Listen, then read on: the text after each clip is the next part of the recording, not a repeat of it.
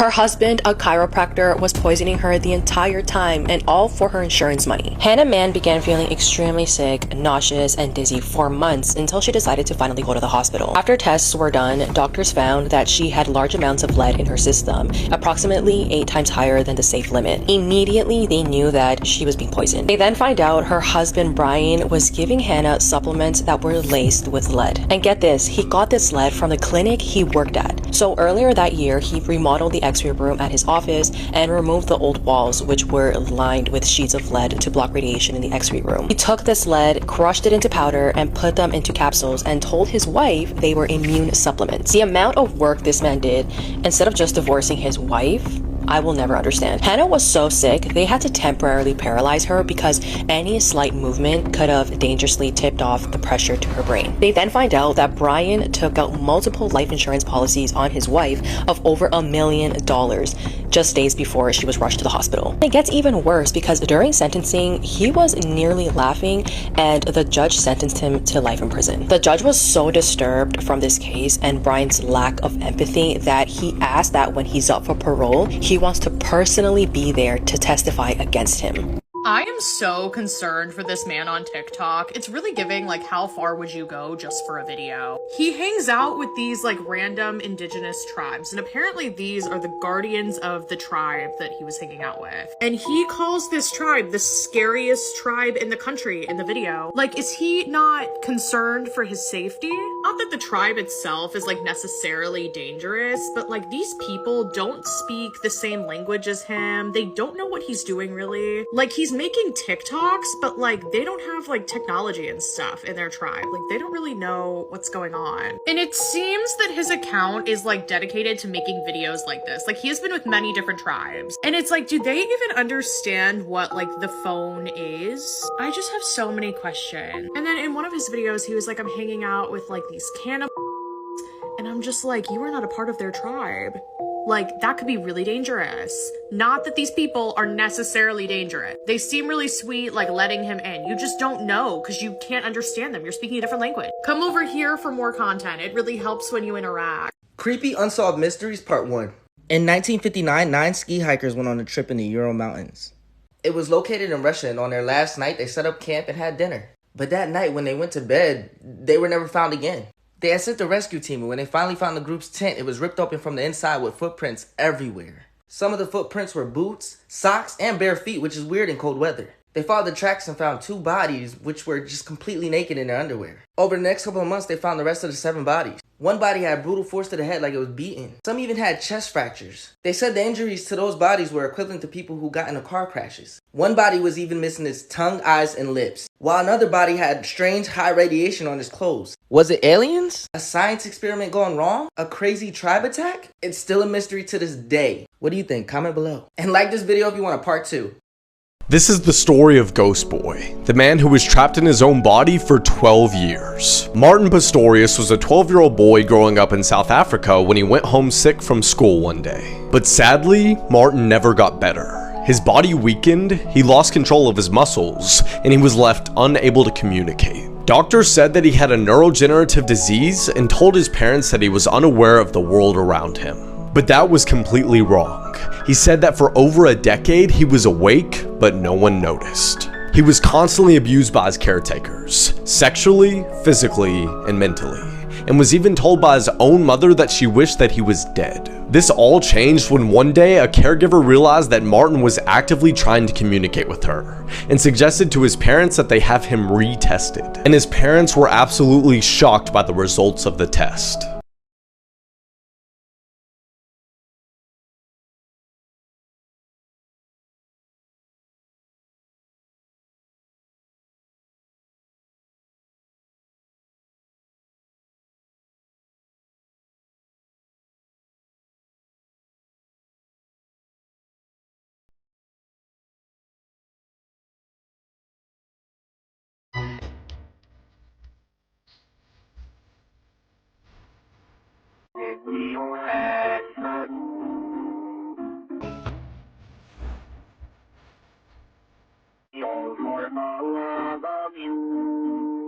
Myths you still believe about Canada. Canadians see snow year-round. Well, the truth is that though the winters can be harsh, most of the country's population experiences summers that can make a Californian sweat. Most Canadians live near the Canada-US border and thus experience similar weather to what you'd expect in places like Boston or New York. Toronto is the capital of Canada. Well, Toronto does have the largest population and is probably the most famous Canadian city, but it's actually Ottawa, another Ontario city that's the capital. As the center of political power, Queen Victoria chose Ottawa to be Canada's capital on December 31st, 1857. It was determined that with its location being on the border between Canada East and Canada West, its excellent defensive position and its access to two different rivers to cross the country in either direction, Ottawa was the perfect city for the title.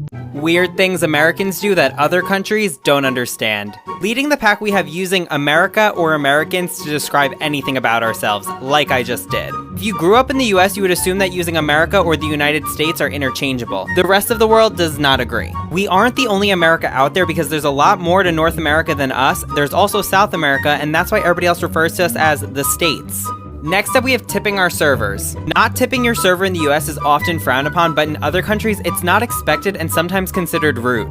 That's probably because in the US, we do not pay our servers a livable wage. Then we have that in the US, we put a ridiculous amount of ice in our drinks. When you visit Europe, a lot of restaurants don't even use that much ice, and you might not even get it unless you ask for it. In my opinion, ice just takes up way too much space. I want more alcohol. Another one is that in the US, if you want a degree, you're gonna have to deal with crippling student debt. A lot of other countries offer free college educations. And lastly, in the US, vacation time is very scarce. 6 weeks paid is standard. Have you ever heard of a computer game that literally led someone to a dead body in the woods? It's called Pale Luna, and if it's real, it might be the creepiest game ever made. In the 1980s, a super obscure game started floating around Northern California. It was a basic text adventure game. The game starts with a simple text on the screen. It says, "Pale Luna smiles wide. There are ropes, a shovel, and a flashlight." But it is important to note that most of the versions of these games were glitchy and unplayable. That is, except for one. There was a kid, never named, that managed to get further than anyone else. His screen glitches actually started showing GPS coordinates, and instead of quitting the game, he decided to write them down. Just like the game instructed, he grabbed a rope and a shovel. And he actually likes hiking in the woods using the exact coordinates that the game gave him. When he arrives, he ends up digging for hours, until finally he hits something. Discovers a garbage bag, and inside of that bag there is a human skull. It is real and it is decomposing. Authorities never found out who the victim was or who made the game, and since that incident there has been no full copy of Pale Luna to ever be found again. Was it an ARG? Was it just like an urban legend? Or was it a digital confession by a serial killer? Either way, someone knew that grave was there and they buried that secret inside of a computer game. Would you have kept playing? Come over here to hear me read from the victim of a serial killer's diary. This is a ghost story that actually happened to one of you guys. So Jenny grew up in an old country farmhouse in the middle of nowhere. And in that house, there was this spooky looking vent that went straight up to a room that no one in the house used. So one day when Jenny's around 4 years old, she starts hearing a man's voice coming from the vent calling to her. She doesn't know any better, so she starts talking back to the voice who's asking her questions about herself. But here's the crazy thing. Prior to this happening, Jenny's uncle had taken his life. And Jenny claims that the voice coming from the vent sounded exactly like his. Jenny asks the man where he is, and he says that he's in a room that she can't see. So she runs up to the abandoned room, but there's no one inside.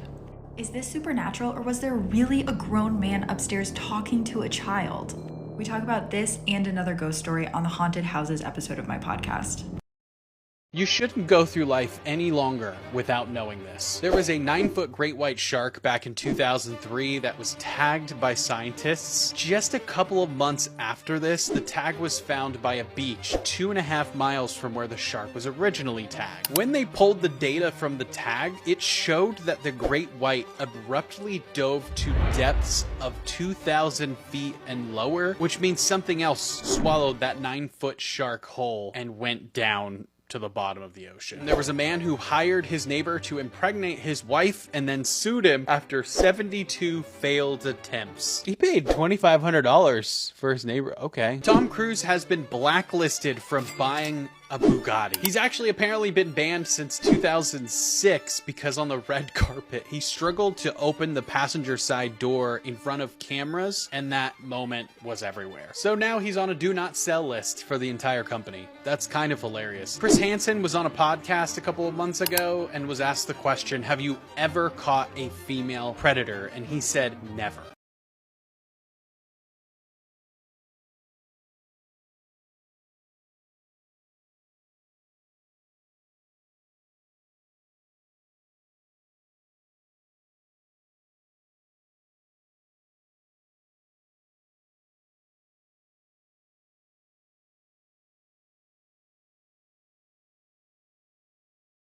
What is a disturbing fact you wish you could unlearn?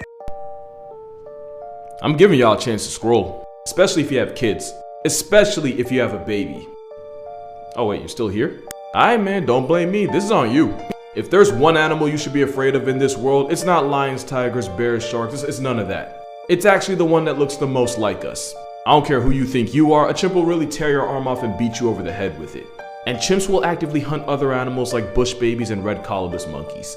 We've even seen them murk small antelope and warthogs. But the disturbing part isn't that they hunt monkeys and eat them. This is your last chance, you can still scroll. Because the thing is that apparently chimps can't tell the difference between the monkeys they hunt and human babies. Or they can and they just don't care. There have been cases of gangs of chimpanzees snatching, murking, and eating human children. In 2002 in Gombe National Park in Tanzania, a 14-month-old baby was kidnapped by an adult male chimp. You can probably guess what went down, but the result was one less baby and one partially fed chimp. Partially because the chimp started eating, but apparently got bored and left the past tense body for researchers to find. Why? Yeah, that's the thing with psychopaths. There is no why. Moral of this video? Yeah, this picture hit a little different now, don't it? This is the man who started the Palisades fire. Make sure you're following to stay in the loop. So this guy named Jonathan Renderkick has been detained and accused of starting the Palisades fire. In case you don't remember, the fire is responsible for ending 12 lives and destroying over 6,000 homes and buildings. So what allegedly happened was after Jonathan finished his shift as an Uber driver, he decided to go and start a fire. Now originally he fled the scene when he saw fire trucks headed towards his location, but then later returned to the same trail to watch the fire burn. Now as for why police think that Jonathan is the one who did it, he apparently lied about his location when the fire began, had some suspicious questions about fires to ChatGPT. He also acted very abnormally during interrogation. If Jonathan is convicted, he faces between 5 and 20 years in prison. Right after Celine Dion released this demonic children's clothing line, her health rapidly declined. The commercial is insane. And here's where it gets a little Illuminati?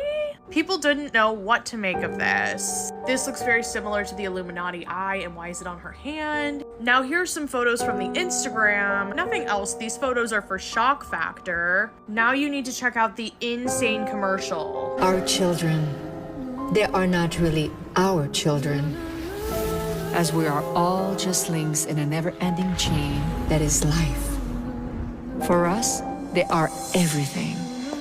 But in reality, we are only a fraction of their universe. We miss the past. They dream of tomorrow. We may thrust them forward into the future, but the course will always be theirs to choose.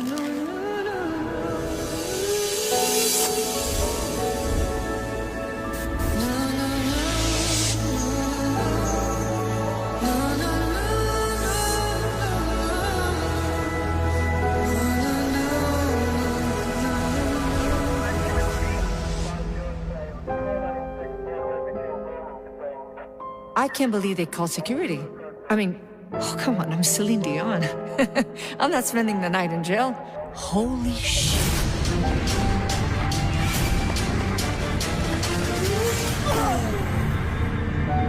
Guys, relax, easy. I'm Celine Dion. Yeah, girl, and I'm Beyonce. What are the odds that her health declines right when this brand comes out? And you know, these are all paid models, but you can see in the comments, people are clearly not having it. They're calling it evil, they're calling them worshiping the devil. And she never addressed any of this. It's like it never happened.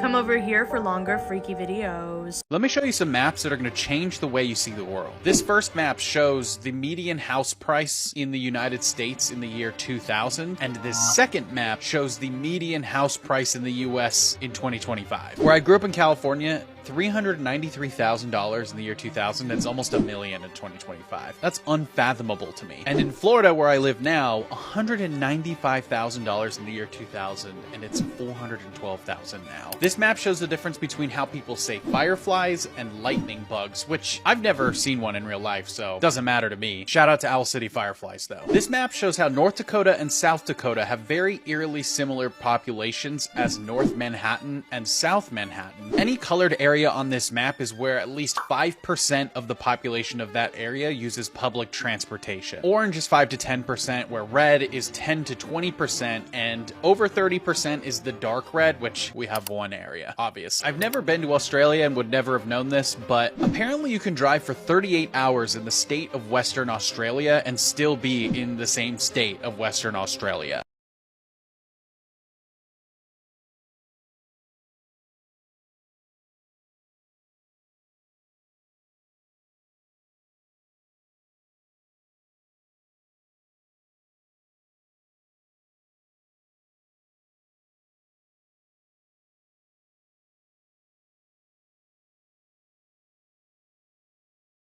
Never do this inside your home. These simple mistakes could attract something, and once it enters, getting rid of it won't be easy. Let me explain. If you want to keep your home free from spirits and bad energy, never do these things. 1. Never use old clothes as cleaning rags. That torn, stained t-shirt you use to wipe surfaces, it's full of trapped negative energy. Cleaning with it spreads that energy all over your home. 2. Never talk to yourself alone in the house. It might seem harmless, but some believe it invites spirits into your space, making them think you're speaking to them. 3. Never look into a mirror between 3 and 4 a.m. However, if you do, you might see something unsettling, hallucinations, shadowy figures, or even eyes that aren't yours staring back. 4. Never leave dirty dishes overnight. They don't just attract pests. They're said to lure obsessive spirits that feed off stagnant energy. 5. Never invite just anyone into your home. Some people carry envy and bad energy, and once they step inside, they might leave something behind that lingers. 6. Never sleep with a chair facing your bed. Some say it acts as an invitation for spirits to sit and watch you sleep.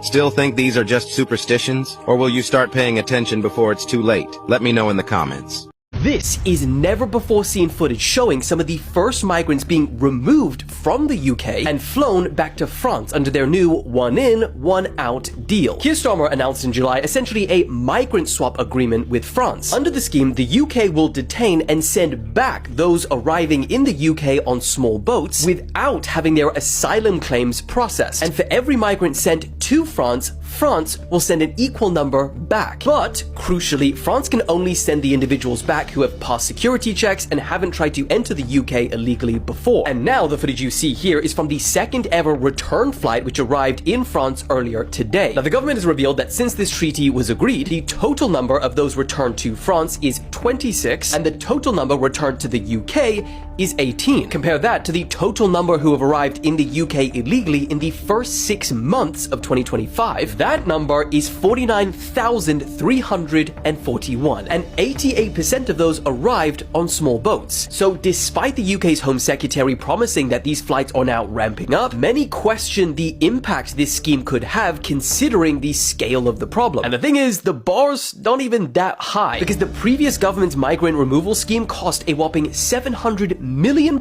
and saw a total of 4 people being removed to Rwanda before being scrapped by the new government. So the question is this an innovative scheme that could work, or just a waste of resources? Another cold case has been solved nearly 50 years later, thanks to DNA. On January 31st, 1977, 24-year-old Jeanette Ralston was leaving Lion's Den Bar in San Jose, California just before midnight with an unidentified man.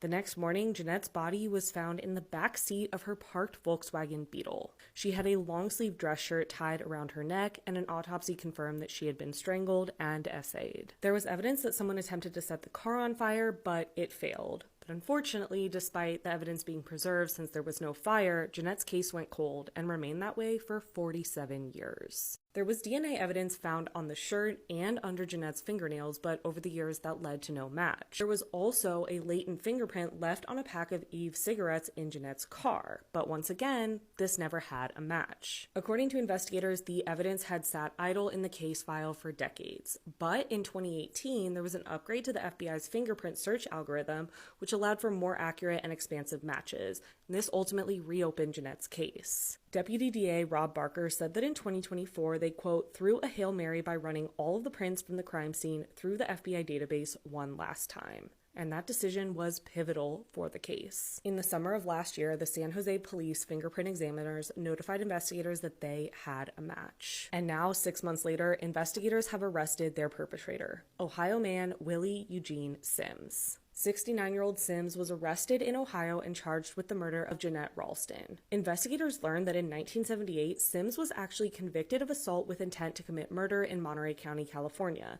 and he was sentenced to 2.5 months in prison. But unfortunately, he was released and moved out of the state before DNA was routinely collected and entered into databases. So after the fingerprint match came in 2024, the Santa Clara County investigators and San Jose police traveled to Ohio to collect a DNA sample from Sims, and that DNA matched the material found under Jeanette's fingernails and on the shirt used to strangle her. Sims was extradited to San Jose, California, and last week he was arraigned on the murder charge at the Santa Clara County Hall of Justice. He is being held without bail and he has not yet entered a plea, and his next court date is set for August 12th. If he is convicted of Jeanette's murder, he faces 25 years to life in prison. And finally, after nearly 5 decades, Jeanette will hopefully be getting the justice she deserves. Rest in peace, Jeanette. Scary unsolved mysteries. Let's go. In 1922, 2-year-old Pauline Picard disappeared from her family's home in France. The Picard family and over 150 of their neighbors went on a search party throughout the farm and the woods nearby to find their daughter, but there was no luck. After weeks of searching for Pauline with nothing found, the village eventually gave up and decided that she was gone, which is where the story takes a weird turn. After a month had passed since Pauline disappeared, police officers showed up at the Picard's house saying that they had found their daughter over 200 miles away, and they had a picture to prove it. After confirming that the photo of Pauline was real, the Picard family set off to go retrieve their daughter. Immediately after bringing Pauline home, the Picard family knew something was wrong with their daughter. She didn't even remember how to speak their own language, and she acted as if her family members were strangers. Despite Pauline acting weird, the Picard family believed that this was their daughter, until something horrifying was discovered. Like and follow for part 2. You won't believe what this man did after he lost his wife. Winston House and Janet were an inseparable couple. Their family never heard them argue or fight and wondered what was their secret. They would always just smile and say it was nothing but sincere love for each other. They lived together for 30 years, but one day Janet died from heart failure. Winston became heartbroken and started to plant a tree every day. His family got concerned from this and thought he was going crazy. When all the trees finished growing, they finally saw what he was doing. Turns out this was Janet's favorite type of tree, and he hoped that she would see it from heaven. The craziest things that actors have done for their roles. In Pirates of the Caribbean, Johnny Depp wanted Jack Sparrow to have gold teeth for the entirety of the series. However, producers weren't able to CGI them in, so they told Depp it probably wouldn't be realistic for the movies. Instead of giving up, Depp decided to have a dentist implant gold teeth in his mouth for the entirety of the filming to make it as realistic and pirate-like as possible. Yeah, I just went to the dentist and they bonded him. In Black Mass, Depp needed a ton of prosthetics to look like the real-life man he was portraying. It was so many prosthetics, in fact, that it took an entire 22 hours just to add everything to his body, and that was just so he could start filming. This might be one of the most terrifying stories you will ever hear. There was a girl who was very good at dancing, and her mom was extremely proud of her and had big plans for her future. But those plans were shattered when her daughter got diagnosed with terminal cancer and had less than a year to live.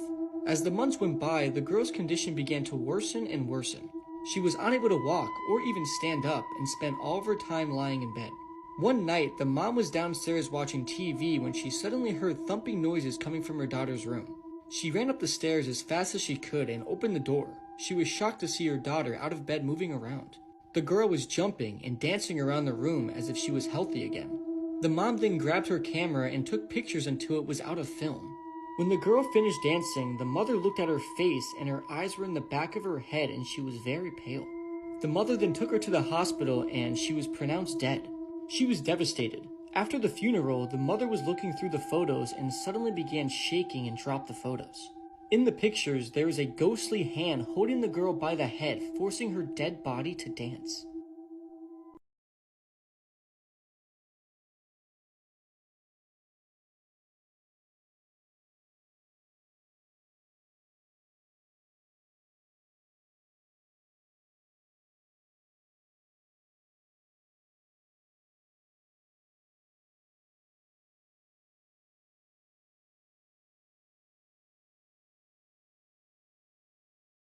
The new Ed Gein series discusses in depth the crimes of Ilse Koch, a notorious figure in Nazism known as the Bitch of Buchenwald. And her story is even more disturbing in real life than it is on the show. So this is Ilse and her husband Karl Otto. Both of them were members of the Nazi Party in Germany. And in July of 1937, Karl Otto took control of the Buchenwald concentration camp. Ilse, her husband Karl Otto, and their children lived in a 3-story commandant house at the concentration camp, and it was there at Buchenwald where Ilse's disturbing crimes really began.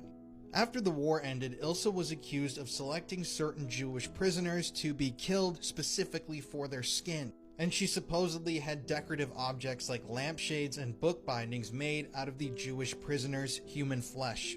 When the Buchenwald camp was eventually liberated, they found a collection of human organs that had been obviously taken from prisoners that were murdered and stored in bizarre ways. According to many survivors of the camp, Ilse was an absolutely evil woman who had frequently made use of slave labor and had overseen many projects that led to numerous deaths. Now, interestingly, even before the camp was liberated, Ilse's husband, Karl Otto, was arrested by German authorities and was actually executed there at the camp. And eventually US authorities arrested Ilse in 1945, and she was convicted of crimes against prisoners at a military tribunal in Dachau. However, controversially, her sentence was reduced to just 4 years in prison for her alleged widespread, extremely disturbing crimes. So in 1949, Ilse was released. But immediately afterwards, she was rearrested by German authorities. She had another trial, and she was then sentenced to life imprisonment. Ilse spent the rest of her life in isolation, trapped in a prison cell, and she told those around her that while she was in prison for these crimes, she had constant delusions and visions of prisoners chasing and pursuing her, prisoners that she had played a part in killing herself. And in 1967, she self-deleted at the age of 60. She was found hanging in her jail cell with a note that said, "There is no other way. Death is a release for me." I thought this was really interesting that they portrayed her story in the Monster series. But when it comes to crimes carried out at concentration camps all throughout Europe, there are really so many other stories that even get more disturbing that we could talk about, because it is up for debate whether or not she actually carried out the crimes that she was accused of. Like, for example, some people don't think she actually had prisoners selected to be used for their skin. Some people have claimed that this was overblown.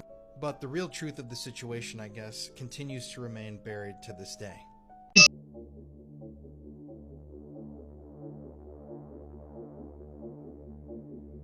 So today we're going to be talking about the horrific crimes of Todd Kohlhepp. So between 2003 and 2016, former South Carolina realtor Todd Kohlhepp unalived at least 7 people, burying a few of them in his backyard. Todd was caught after police traced the cell phone signal of a missing woman to his property, where they found her chained by her neck in a garage. However, most disturbing of all is that after he was arrested, police found that Todd would order a lot of his weapons off Amazon, and then after he got them and used them to unalive his victims, he would actually go back and leave a review rating them for how well they worked. Some of his reviews even included reviewing a shovel and about how well it worked in digging a hole for multiple bodies, and even reviewing padlocks and how well they work in keeping people locked in shipping containers. Todd was found guilty of all the deaths, and he is currently serving life in prison.